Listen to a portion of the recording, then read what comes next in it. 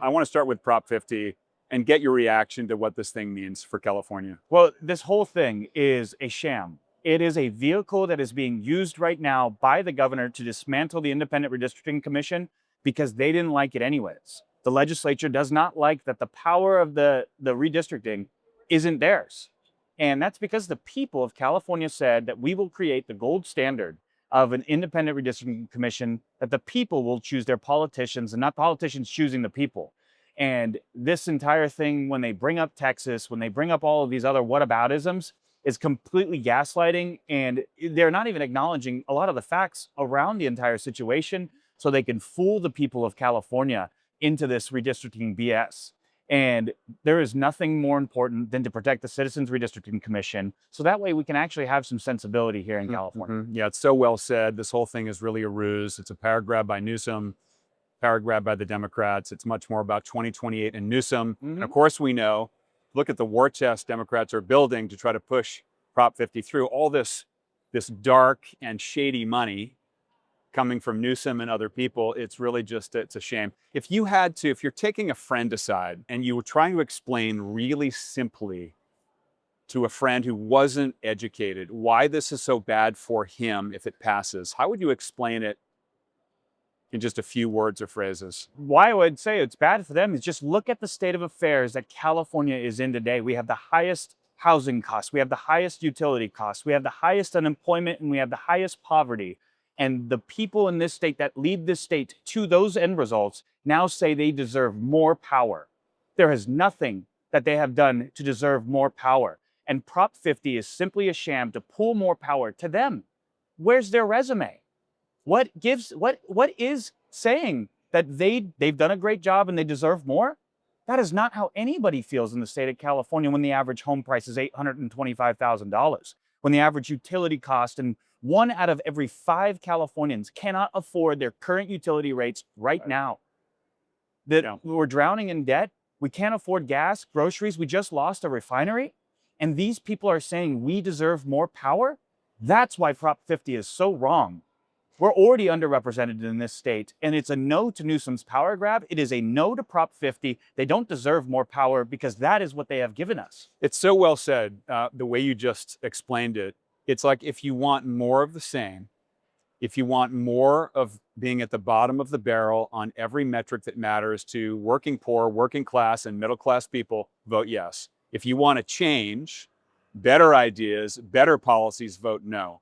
Well, because everybody wants to talk about redistricting. Nobody knows what that is. No one knows what it is. Nobody cares what that is. I mean, because they don't care, because right now they're drowning, that they're so focused on working as hard as they can to afford their utilities. Right. And we're so busy that you say the words redistricting and everybody goes, I asked, so and this was an example that I actually wanted to test. And I spoke to my barber and I go, well, what are your thoughts on all the redistricting stuff that's going on? And he goes, I don't know what that is, but what are you guys kind of doing to, like, I'm trying to buy a house. What are you guys doing to, like, really help out with that when it comes to, like, interest rates and stuff? And I said, exactly. There you go. Which is why it's kind of easy to get through these weaponized vehicles that they're trying to do, because the average person is too busy at home, taking care of their family, going to work, drinking a beer, and trying to put the Fresno State Bulldogs on TV and watch them beat and win on a Saturday. You know, because that's what the real human being wants to do. That's right. Because government's not supposed to be in our life as much as this, but the people of California are being used by Governor Newsom and this legislative body, and they've admitted it. And we know that there are areas that are wrong with this, within this, because they're lying on the ballot title. They're not even giving us the fiscal impact analysis accurately. It actually says on their report, this will cost a couple $1 million to the counties across to handle that. Typically, you would just say, this will cost $250 million to the California budget. But instead, they're hiding that. Misleading. They're hiding that. Right. They won't tell us who drew the maps. They won't tell us who was a part of the process. And here's the part that I think is most important for the people of California to really realize, is that in 4 days, while we were on break, they were able to move a ballot initiative, a constitutional amendment, allocate $250 million, and force it through the legislature in 4 days for political gain. But yet we've talked about cost of living, we've talked about insurance, we've talked about utilities, we've talked about our gas prices, and yet we didn't do anything to do that for them. It's such a cruel irony. in such a hijack. Let me ask you this. You were just kicked off your committees. A couple. It's been a couple months. It's been a couple months. You were kicked off committees by the speaker. Your mic's been shut off, I don't know how many times. What do people who don't follow Sacramento politics, which is most Californians, what don't they know about the way things are actually being run by the supermajority? Well, like I said, I'm the one who signed up for suffering. They're just doing a really good job at it. And what really people just need to see is education and exposure of actually what's happening under the dome. That if they're going to treat me like this, where I'm silenced, where I'm removed, where I'm pushed back against, how do you think they think about the regular person of California? Yeah. Whether they're part of their party or not. I mean, here's another example too. I'm the first Polynesian ever elected to the state of California. I am not allowed in the AAPI Caucus. And I asked, why can't I be there? And you want to know what they told me? I was the wrong kind of Polynesian. Is that not one of the most racist things that you've ever heard? And the wrong kind of Polynesian means that I'm not a Democrat Polynesian. But yet, I'm the only Polynesian ever elected. And when I asked the chair of the AAPI Caucus, I want to be a voice for my people that you get to claim in this ideology of identity politics, and yet I'm not allowed to be a voice for them? And he kind of laughed and scoffed and walked off. But it's something that has sat with me. And that was week one. I get there. I'm trying to work with everybody. I'm trying to be a part of this. But I get treated with blatant racism. And yet they claim that they're fighting against systemic racism. The systemic racism is under the Capitol. It's in Sacramento. The Latino Republicans that are part of us are not allowed in the Latino caucus. We have a Vietnamese political refugee, Assemblyman David Tangipa, who actually fought against socialism and fled to the United States, not allowed in the AAPI caucus.